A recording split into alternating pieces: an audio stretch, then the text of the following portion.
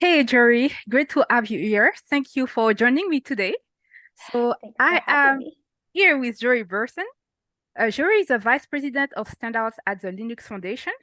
Previously, you worked at the OpenJS Foundation, supporting JavaScript projects like Node.js, I believe. You also had roles managing open source programs at OASIS Open. So, in a nutshell, you're a very accomplished leader in the world of open source software, and open standard. And I personally have a lot to learn from you, I think. So, yes, that's great to have you with us today. Well, thanks for having me. We met when I was working with OASIS Open and specifically on the baseline project, which was think was a really great example of how our specification development processes and our open source software development processes can kind of come together and really start to do big things for growing industries. And so, that's kind of the the game, isn't it? With this work. Exactly. So And you may not know, but that was actually my first experience of open standard, not of open source. So it was quite interesting to see, as you said, the combination of both coming together and how the stakeholders as well aligned based on their interest, more on the technical spec side, who showed up and who mm, went more on the, okay, I want to work on reference implementation. I had So no idea that was your first yes, outing. yes, that was back in 2020. And since I've been quite deep in the open standard Wow, yeah, yeah, so that's quite good. that's cool. So I wanted to start from the beginning. So can you give us some background on how you came to work in this field and what does your job at the Linux Foundation currently entail? So I'll maybe start with what I do today, and then Yes. I'll share how I got there. As the VP of Standards at the Linux Foundation, my job is to support all of the projects that are hosted with the Linux Foundation that have some kind of specification development component attached to them. If they have, something as simple as just the goal of specifying some piece of their open source work that they've been doing, or if they are wanting to get involved in influencing or participating in a open standard that they are themselves consuming. These are different ways in which an open source project might want or need to engage with the standards process. Hmm. Me and my team are here to help them make sure that they're, kind of asking the right questions, taking the right steps, because from a standardization perspective, we care a lot about due process. We care a lot about not just your open source license, but also patent license, Yes. trademarks, other sorts of intellectual property that sit around a piece of software or standard or specification. And we want to make sure that these things are safe for implementers to use. We want to make sure that they are safe for contributors to contribute to. And we want to just make sure that we're helping them to advance their work in a way that is compatible with the open source movement, and also provides the sort of structure, governance, and protections that industries look for when they are selecting uh, technologies to build on. So that's what we do. And so a lot of it is helping new projects that are looking to start work on something greenfield, or helping existing projects sort of just kind of restructure, Okay. reformat, reset up for greater success if they need to. Um, and it's a lot of fun. It's also a lot of work. This was not what I wanted to be when I grew up. Okay, I tell had us. no idea, like I went to college for journalism and mass communication, and I graduated into but I was a very tech savvy kid, and so I learned, a lot about HTML and web programming and stuff like that, just because it was a tool to do storytelling. And when I graduated into a recession and they weren't really hiring for journalists that could do anything really, I was like, well, okay, we need to maybe rethink, our strategy here. And it just happened that I had gotten really involved in open source from a consumer standpoint. I was using open source tools to like build the things that I wanted to make, you know, stories for the web or blogs or, you know, video production or like things like that. And I got just more fascinated by this like culture of people who were, you know, coding and building software collaboratively together for no money, but just because like they needed to do something. And that may have been, you know, to you know, one of the tools we played around with a lot was like Blender, right? Like, oh, we want to make these like animations and things like that. So there was a whole active community around Blender that was collaborating on the software that you could use to like do. So I got really into this idea of like, wow, you know, it's not just, you know, the outcome that I want, like story or the animation that I want that's important, but also maybe how the thing is made is matters. also important. Yes. The collaborative process behind it and the inclusion, that if people are willing to commit, and the commitment doesn't have to be significant in terms of time because it's a community. If I can just help on one issue or have a specialist skill or I want just to learn, asking the right questions as a newcomer also is very valuable to the community in itself. So yes, I can definitely agree and align on that. And from my experience, that's actually, if we go back to the baseline protocols, that's one of the things that I really liked. Is that, okay, I have a strong interest in this technology. From a technical point of view, okay, perfect. But now I want to help build the future. And I want to do so with people who are at the forefront. And at that time, we had companies such as Consensus. And it was just a great mix of stakeholders involved for me to see, okay, that's a project that I can actually actively bring value to and learn from other people as well. And you know, I think that sort of, you know, what can like first off, what can you bring to the community, and not just what are you taking from the community. Obviously I learned a lot, you know, it was giving me a lot of value in terms of like tools and resources to like make the thing that I wanted to make, but what do you bring to it is another part of the equation as well. And you know, I think, you know, speaking to that, like how we make something together also matters. I think what I learned was like coming into the community with, you know, a helper mindset, with a like, you know, with a sense of gratitude for the labor that other people have provided before you, and with an interest and a sincere desire to like extend that and build on top of that, was just, you know, that kind of opened floodgates for me. And I ended up getting my first job after working at my first job after graduation was overnight radio. So overnight news radio, 740 KRMG in Tulsa, and that was brutal. But for those who know, you know. Yeah. But then my husband and I moved to Boston, Massachusetts, and I got a job at a web engineering company called Boku, doing training. So that was like, for me, I never felt like the world's greatest anything in terms of like everybody is a better developer than me, like everybody's a better programmer.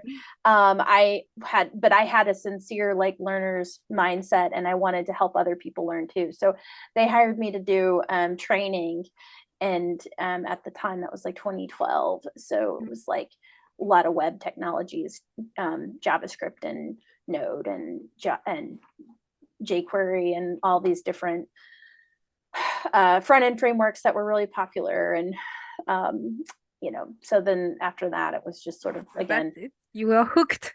Yeah, like it was a rabbit hole of just like going down and navigating the space.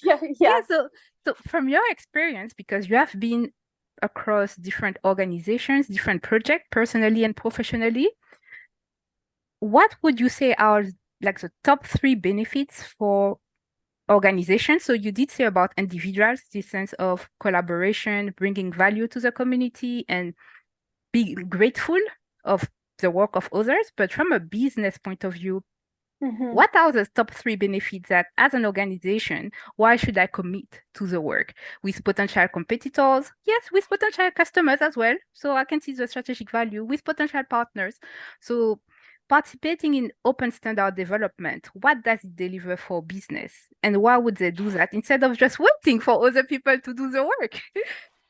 Yeah, so it's a great question. I think one way you need to think about it if you're a business owner, regardless of the industry, is are you wanting to build something that connects to the world around you, or are you wanting to build, a silo, right? And I'll tell you that the most successful companies are not siloed companies. They are very well networked companies.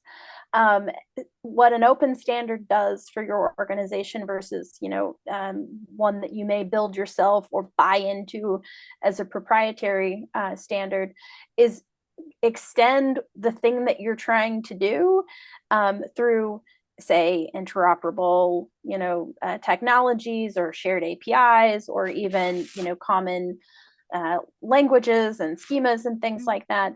It allows you to take, the thing that is maybe not necessarily like your core business, but it is essential to you getting business done, and connect to other things where your business might, expand into, right? And so we think of an open standard as a tool for extending and expanding the available market. And so, I think that's one of the biggest reasons why, you should be looking at an open standard when there's options on the table for you. It extends the likelihood that there's a talent pool to hire, because there's more people who have had a chance to sort of look at that technology, review that technology, maybe build on that technology. So you've got more folks that are possibly able to serve you.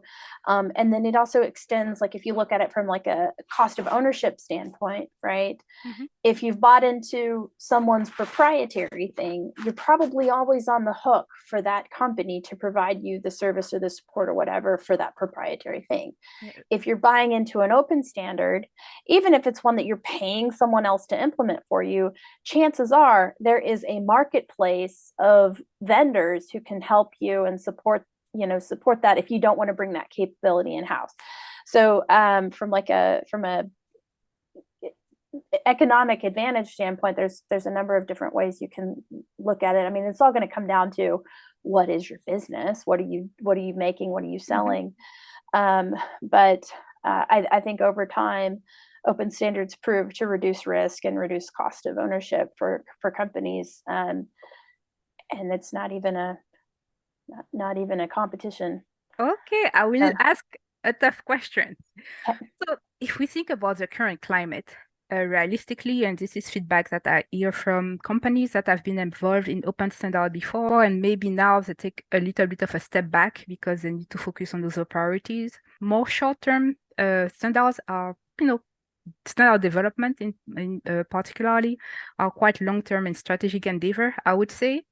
So when companies are faced with the current climate where competition may be a bit more, I would say, difficult, and that there may be constraints on resources, justifying allocating those resources to standout work is a difficult choice to make and to justify in terms of ROI. Despite this, we saw that successful initiatives are still being launched. Is it due to the fact that now we have a wave of emerging technologies and people think that if they do not contribute now and if they do not set those standards or start working on those standards now, they will be at a disadvantage in the marketplace? Or do you think there are other reasons why those companies, and I notice mostly big companies, so there is a risk that they may, enshrine their competitive advantage in those Mhm. emerging technologies versus startups. So what is your reading of the situation regarding this? Yeah, so I mean it's complex, right? You're speaking to a current economic climate, which is really tough for certainly the smaller businesses. I mean, big ones too, but They tend to have more of a long range view than a startup, for example, is able to take. The number of factors kind of weighing in on this include, when you look at certain technologies like AI or chips or things like that, the government, I'm in the United States. You also has a pretty strong set of regulations and policymakers around like social impact, business impact, security impact related to a given standard. And so, there's a risk that if you don't get involved with these, in the United States, we want to get involved with making a standard or laying out a specification early because we want to show the government that we as industry are taking the initiative to solve problems that may bear on society or security or whatever, right? Yes. And so you look at things like the CHIPS Act or the security, software security, AI. These are areas where legislators in particular are like very, very hard line. And so industry is saying, hey, before you come regulate us, like here's a set of specifications that we are working together to outline, to show you that like here's how we're going to protect against this being used for harm or whatever. If you are a big company, you are doing this because it is future proofing, it is insurance, it is you really can't afford not to do this. If you are a small company, it's probably very hard for you to, as you say, dedicate even one headcount to like be tracking this. But if it is core to your business, you almost can't afford not to, right? Because if you're building something that then ends up taking, if that specification ends up becoming the thing that takes off and is enshrined in some way, shape, or form, and you took a different approach, you may be screwed. At the same time, if it's an open standard, there's a world in which, okay, cool, you can create some kind of open source plugin or some kind of tool to like transpose what you did. So it's not necessarily, the end of the world.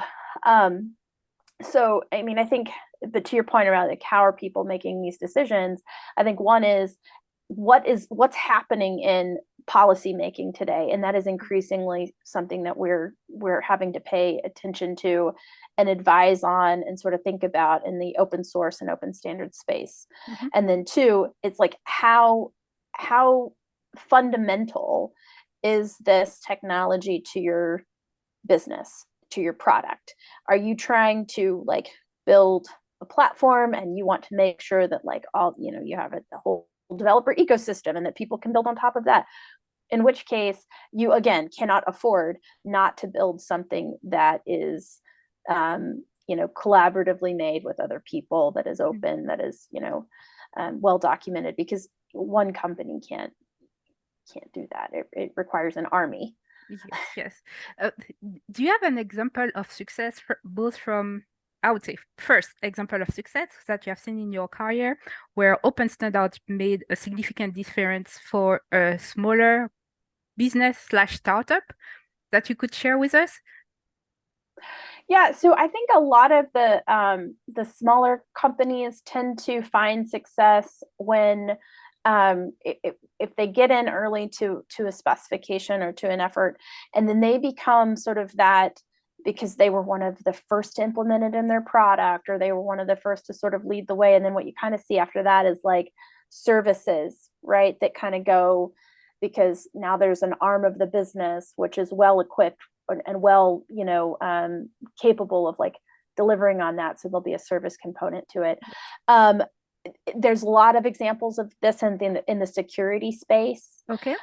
So one that's just kind of recently kind of popped up is ChainGuard. Okay. And this is a company that's was spun out by some engineers at Google who were working on pretty big scale security standards related to code signing and other security frameworks.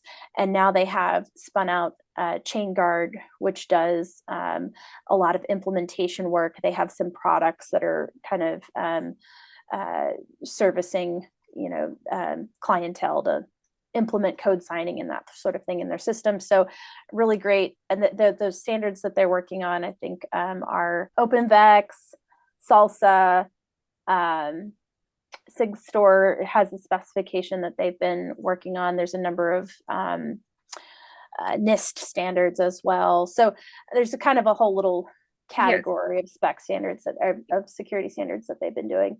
The other thing that I think we will start to see more success stories around, and we don't necessarily have like the breakout for yet, would be within the AI space.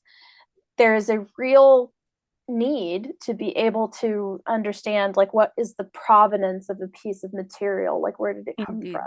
Yes. And the Coalition for Content Provenance and Authenticity, which is a very big mouthful, C2PA for short, is an open standards project that includes both some big players like Adobe and TruePic. Well, I guess TruePic is, I think, would probably be more of a startup, although they're getting big. They were more of a startup mid-market. Like, and now they're growing. And so this could be kind of one of the things that helps make TruePic kind of a bigger giant. But like Adobe, Microsoft, TruePic, Stag AI, which is a small startup, and they're looking at like, okay, how can we help the world, and they have partners at like the BBC and some other press entities. Like, how can we help them understand, like, here's where this piece of material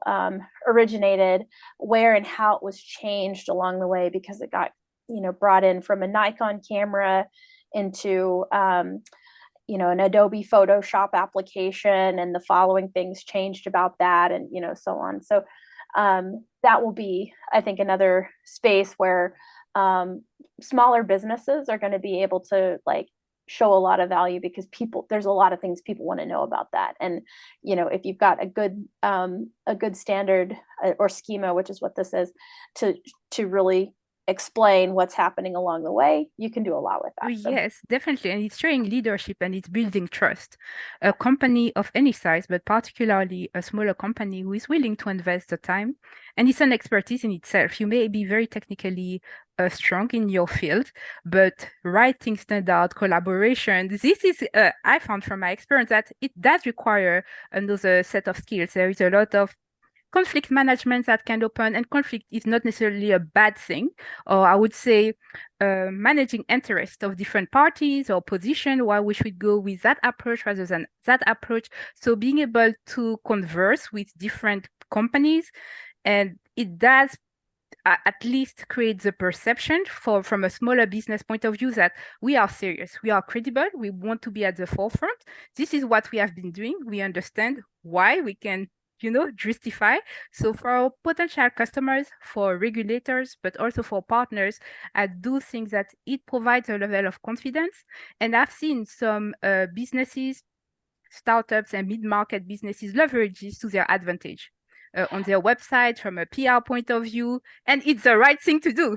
Yeah. If you do some very good work to the benefit, of course, of your company, but the wider industry and society, you should be definitely leveraging this as an asset. So that's great. Be remiss not to say that there's risk for these small companies, because in terms of the percentage of their time and resources that they have to invest, it's much greater than a Google, right? Like, of course, one headcount dedicated to tracking one specification is nothing for a large enterprise. Yeah.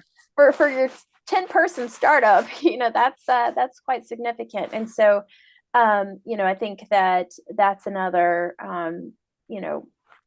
piece of the puzzle that I wish that there were, and I would like to figure out how to make it more beneficial for those smaller businesses, that are either because they're paying the minimal membership fees in some of these standards organizations. And even at, again, like $5,000, that's Still really a budget. something. Yeah. Yeah. And so are we properly helping them to, see realize that return on investment, even if it's maybe a specification that's going to bake for 3 years. And at this point, that's kind of a long time. I think it's also interesting that in key spaces, that window is shortened and shortened and shortened. Like it used to be, you would spend years and years and years on a spec, and that window is shortening a great deal because like just the innovation cycle is speeding up. Yes, speed of innovation. So, but still, I mean, it can be a while before. So how do you help those small businesses? Yeah, how do you realize value and the benefits of the participation and the contributions for shared business is definitely a key question. Yeah, and I would love to see as an aside, again, speaking to those smaller businesses, I realize it's a tough thing to go make the case to invest in today. So I would love for all you VCs out there who are listening to this podcast, consider bringing either an advisor or somebody into your organization to help your portfolio think about this, because even if there's not a case yet to be made for these very early groups to be like, what are we doing in the standard space? Having an access to some resource that can help, because this is, the way that open source really it was seismic in the 2000s, right? It was like a went off explosion. It was an explosion. It felt that way. It really set off this industry at this pace that is almost incredible. That irrational exuberance, you may call it, is sort of it's constraining, it's constricting, Shrinking it's a bit. back. Why do you think that is really? Is it due to the economic and current economic environment, as we were saying earlier, or is it that there is some? I think it's a cyclical thing. I think it's a sort of a maturity thing, if you will. I mean, I hadn't spent a ton of time thinking about it, but when that kind of went on, when GitHub suddenly made version control accessible to the masses in a way that hadn't been done before, when we started thinking about these developer tools as an industry and things like that, it kind of started to set off a whole chain of reactions and changes in digital product development. And I think we're kind of we've learned a lot from what gets impacted, what changes, what the real world effects of that are. And so I think it's kind of settling down a little bit, which is the natural cycle of any market. And I think in its place, what we learned is obviously open source is great. It's great to be able to collaborate on this with a bunch of people. Also, there's some things about it that aren't so good, right? In some of the sadder scenarios, you have technologies that everybody is using, but nobody is helping to support or maintain. And maybe it's the one or two people. And the maintainers, thank you for the hard work. Committing to this. There was a report a couple of years ago that surveyed maintainers of a variety of projects with a focus on well-known technologies. And it was tough. There were a couple of burnout. On the plus side, you had people who were so passionate and who could see the values, the gratification of being able to contribute was meaningful to them. Now the question is, as an industry, is it the right structure over the long term to have few core individuals which are not remunerated? Of course, some companies, they have their own employee, they are the maintainers. They will keep the thing open source, the project open source, and contribute openly. That's great. But in a lot of projects, that's not the case. So when you were talking about, yes, it's just cyclical and it's the state of the market, could it be that there was this initial excitement and then there was a real wake-up call? Oh, but it's tough. It's tough. Let's Yeah. can we do something differently? We see the value of in terms of concept, what it has done before, what it can still do, and what it will do, but how to structure is the best for sustainability. I would say sustainability of open source and open standard work in general. Mhm. Do you have a And view on this? I'm asking, sorry to interrupt, because there was the 2023 State of Open Source or Open Standard report that was released by the Linux Foundation. yeah. So did you have some insight to share Yeah, with us about so that? yeah, so Mhm. so the open standards report doesn't exactly get to like, the maintenance. Okay. But I will say that like the maintenance of a standard is quite a bit different than than a maintaining an open source project, which I think, in the world of open source, we have sort of been trained or like come to just expect that, oh, there's a bug in the software. I'm going to go file an issue and tell the maintainer to fix Okay. it. Yes. Which is like, okay, well, also that's wrong. Like The maybe, expectation. right. Yeah. It's like, and not only am I going to tell them to fix it, I'm going to tell them to fix it now, right? Like Yes. not whenever it's convenient for them. So I think that has really led to like a lot of the open source developer, maintainer burnout is that expectation. And Nadia Egbal covered a lot of that in her open source roads and bridges report that then became a book called Working in Public. And so I think her work like kind of helped to put a framework around sort of the chaos that had been happening for the like 15 years preceding it, right? In terms of like how we had sort of evolved into these sets of types of projects, types of maintainers, and how things are maintained and taken care of in the world. And this is why I think like the pendulum is swinging back towards standards projects, because the objective of a specification project would be like, let's write down on a piece of paper, not really a piece of paper, like Mhm. in a GitHub repository, let's write down like how this should work. Let's Yes. write down the thing that we agree on, that if you do this in your favorite language, JavaScript or Python or C or whatever, that this is how it works. And there's no maintenance beyond, we agreed that V1, this is how this works. And if Yes. it's all good, then we don't need to do anything else. There's no, except for maybe like from Yes. time to time, somebody points out, well, that was actually a bug in this language, so here's a little patch, whatever. It's not the same kind of maintenance. I And agree. Yes. I think that that's one of the reasons why people are getting looking back at specifications as a option, Yes. a meaningful option. Yes, saying this is still a long commitment and you still need to have people show up. So I agree, maintenance is not the right word when it comes to source, open standard development, but having stakeholders remaining engaged from beginning to end, and it could take years to get to that point.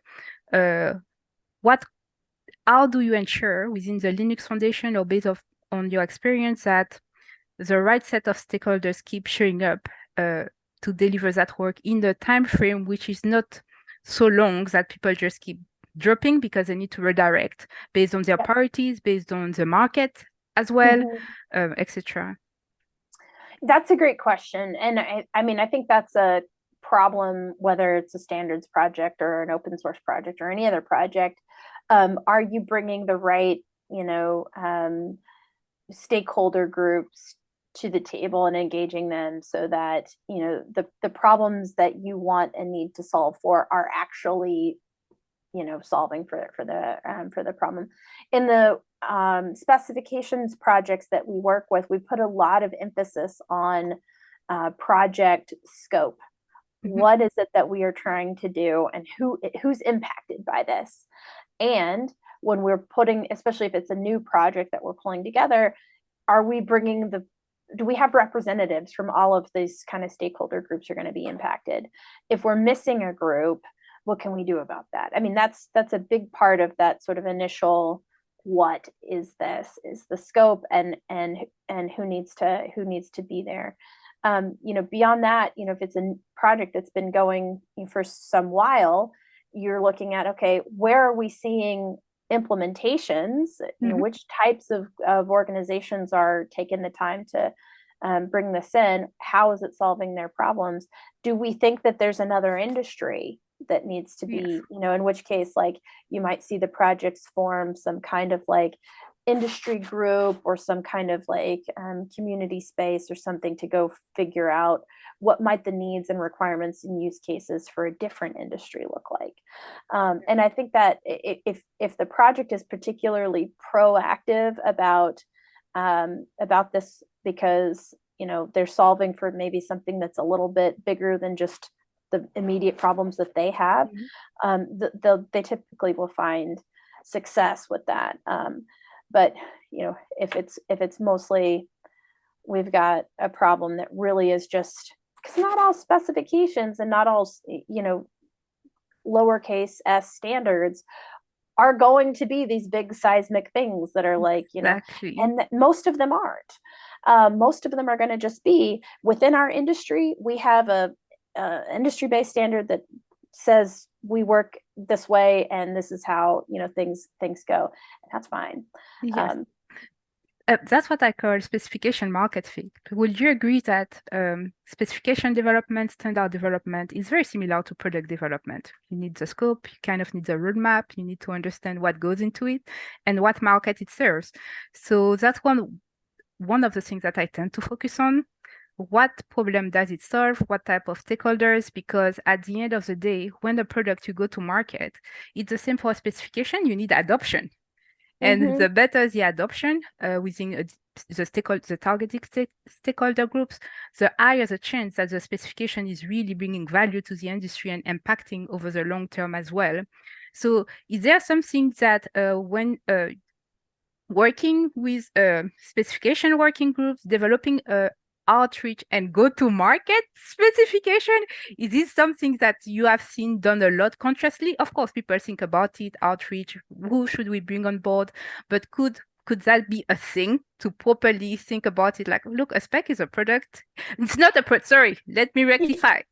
Specification development is akin or could be compared to product development in the sense that you need adoption. You need for people to implement it, to use it, to get value, so that the work is meaningful. So, I hadn't ever really thought about it that way before, because I've never been a product manager. But as you say it, I'm like, yeah, there's some parallels here, and one thing that I'm just recalling is that it used to be in 20 years ago, the people who participated in standards groups and TCs and working groups were R&D and lawyers and maybe some research engineers, not a ton of people from like product.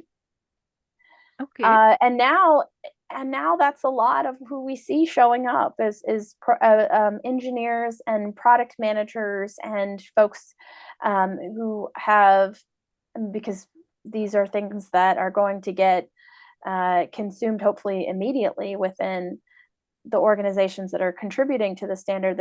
They're doing this because they want to be able to consume it or to use it and to include it. So I think it makes sense what you said, because when you implement, you need to integrate this in your product roadmap. So as a product manager, you need to have that level of visibility.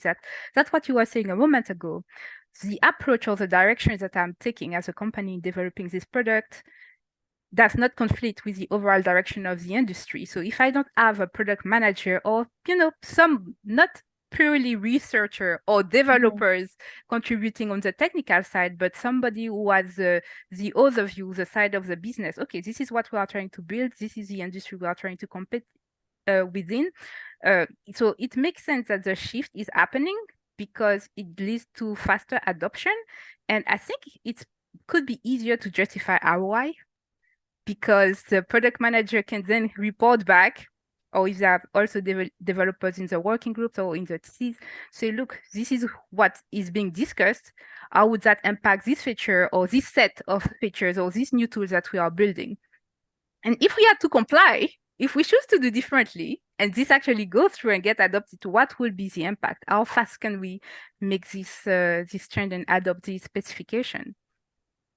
I want to also say though, just because we also still see a ton of participation in these projects from universities and research institutions, the national labs, groups like that who aren't developing a product but are really kind of doing a lot of work in innovation research and stuff. And so, I mean, I think let me say, I think it also kind of depends a little bit on the field of study, right? So like in the AI space, we're starting to see a lot more commercialization. And so that's starting to grow up. But there's still a lot of open specification work that's happening in, say, like the quantum Yes. field, Yes. but not a ton of commercial opportunity yet. But everybody sees that there's There's they're something. there. Yes. And so and networks and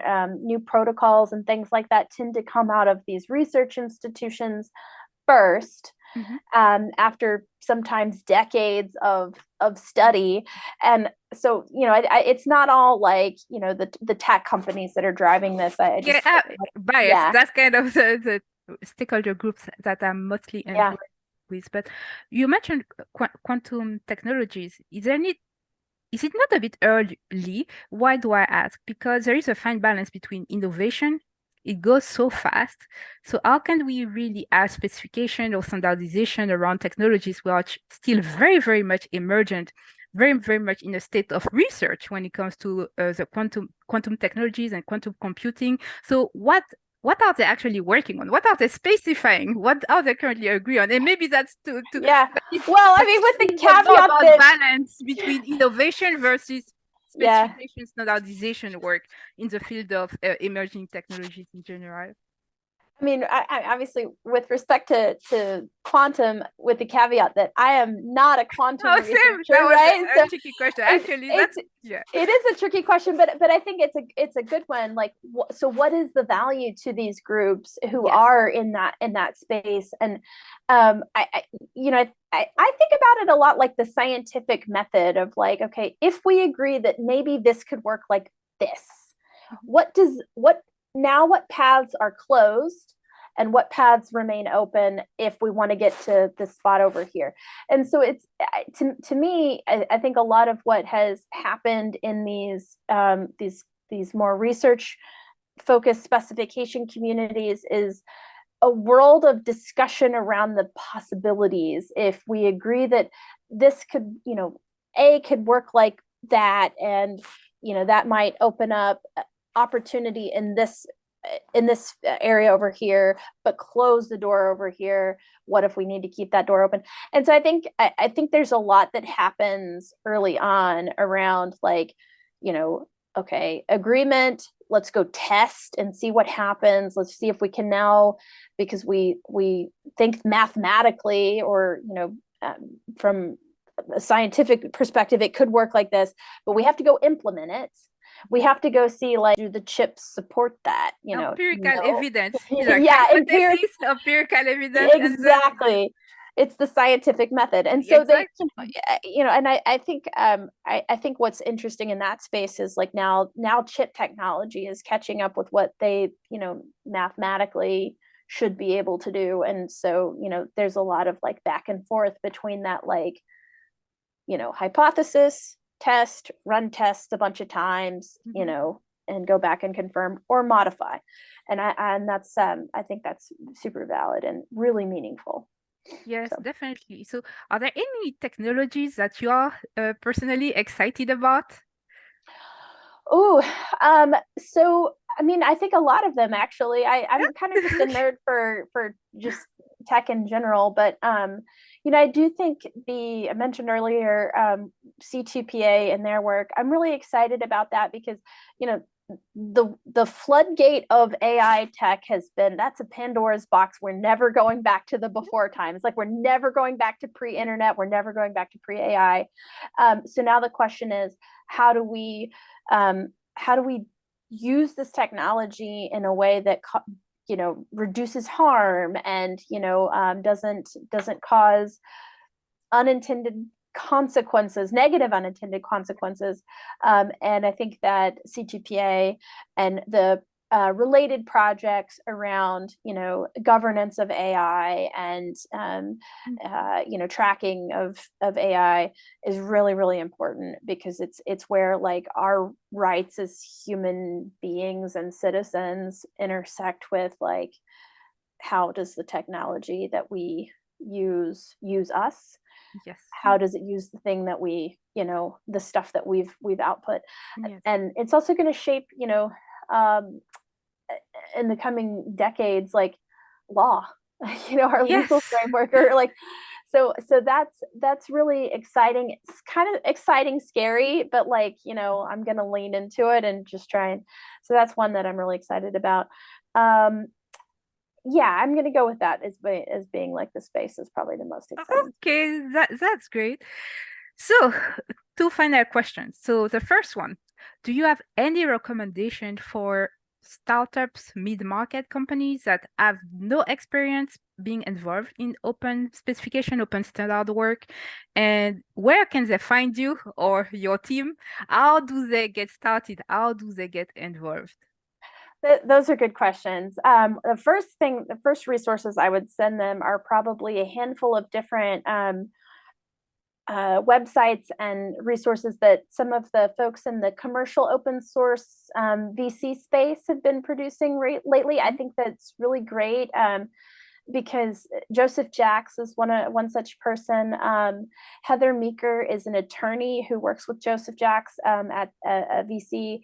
They both write a lot about how companies can think about their business model and how the open source that they're using or thinking about releasing could be additive or maybe not to their business model. So I think those resources are great for those businesses. Beyond that, I've written a lot myself. I'm always happy to share links to anybody. I'm at jory.com on like all of the platforms. But I keep a Zotero library. Actually, if you're a Zotero fan, it's just basically a bibliography. And I have hundreds of resources that I've linked, and that's open. So I will send that to you. Those types of things are really, I think, meaningful.